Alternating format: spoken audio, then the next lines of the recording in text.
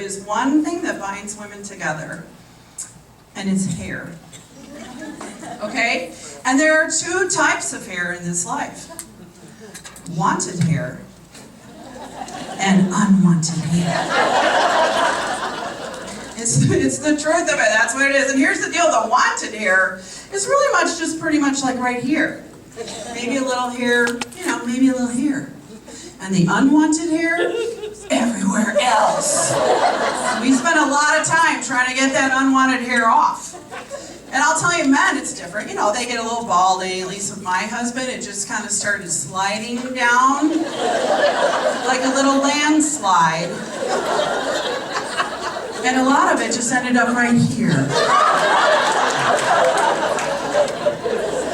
And I was like, oh my, you could land an osprey in your ear. Did you know that? I think an eagle has decided to nest there. I would whisper sweet nothings to him if it wasn't like pushing my lips against a bottle brush all the time.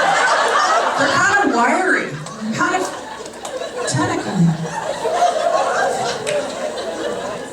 And I just said, you know what, honey, you can donate to Locks of Love from your ear. You let it go far too long. Too far, too much. So I just, he just braids it and puts little beads on the end. Just tell him we've been in Cancun, honey. That's all we can do. But women, ours is a little different. And I can tell you where I was the very first time this truth hit me. I was at a parent-teacher conference for my oldest son who was in first grade. And they always, those teachers, I don't know why, they have you sit in those low chairs. Like, I'm never getting out of this. And that's why I had to get a new hip, I think. My husband said that's something else, but I'm like, stop it. But you're sitting there and you don't know what even to do with your hands, right? You're like a little gorilla on a little table. So I'm listening to what the teacher's saying about my son, like I care. She's yeah, whatever, and I was just like,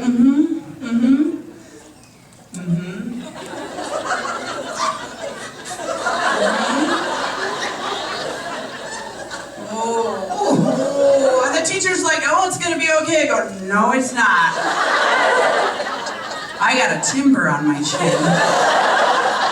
I don't know how it got there. And I did like any person would do. I was like, excuse me a minute, achoo, and I tried to yank it out. And those slippery suckers, right between your fingernails, and it did. It just curled it like a little piece of curling ribbon. And I think, do I put a little bow? And then it kind of bounces on it, like bing, bing, bing, bing, bing. I could not get that thing out all the way home. I told my husband, you're going to have to back up your car, tie a chain around it, and hit the gas. No way to get this sucker out of here. It was a lot. And then once they come, they bring their friends. Yes, they bring their friends and they start marching and marching. And then all of a sudden you have sideburns and all kinds of things. I think that anti-aging cream has fertilizer in it. Seriously, it's a big scam. The hair removal people own the anti-aging cream. So you know what I did? So I finally decided I'm gonna go. I have a big event tomorrow. This is years ago. I have a big event, and I'm gonna go. And I went to Walgreens and I got these little hair removal strips that are clear, and you kind of warm them up with your hands, they say. And then you put them on here. I thought, you know what? These are kind of little light fuzzies. I'll start there. And I just ripped it off. And then you always have to take it off and look at your crop in the light. What did I get? Oh, there's a couple biggies there. But it didn't get all of them. I didn't get all the little light fuzzies, so I got another one out of the box. And this time I warmed it up really good. I put it under my armpit. I really got it nice and warm. Did the same thing. Peel it off. Gosh darn, there's not really anything on there. It probably wasn't warm enough, so I pop in the microwave. Just a hair. You know what? I had chemistry class. I knew not to boil it or anything. let it sit there a nice long time so it hardens up, and then I yank that deal off. Well, not really. Well, ladies, you don't know pretty till you've stood up in your friend's wedding with a Hitler scab over your lip. Because here's the thing, even if it's not taking off the hair, it's taking off the skin.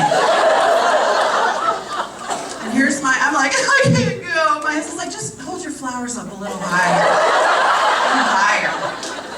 I keep tweezers everywhere in my house. In my car. In the front seat. In the back seat. Everywhere I could possibly be, I have a pair of tweezers. Because you know what? Those bad boys don't come out in your house. Have you ever looked in the mirror and seen something that was like touching the mirror and you didn't do anything about it? No, of course not. But if you go to lunch with a friend and you go to check your teeth in the mirror in the car, and then boing! There's one the size of a toothpick. You must have had a good lunch because it wasn't there this morning. Who knows where they came from? But no, the worst place is when you're lying down in bed. That's why you have to have a pair in your bedside table. And if you're too young to have this, or if it skipped over you, consider yourself blessed, but it will happen. And someday you'll go, that woman was a genius. Always keep a pair in your bedside table, because you could be laying there at night and you're so tired, you're just dog tired, you've had a day and you can't do anything, you can't get up, but if you put something on the side of your face, and there's one right there, do I get up? Do I not get up?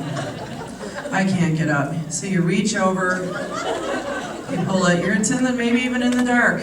You feel, you pluck. You feel, you pluck. You feel, you pluck. You may look like you've been attacked by birds in the morning.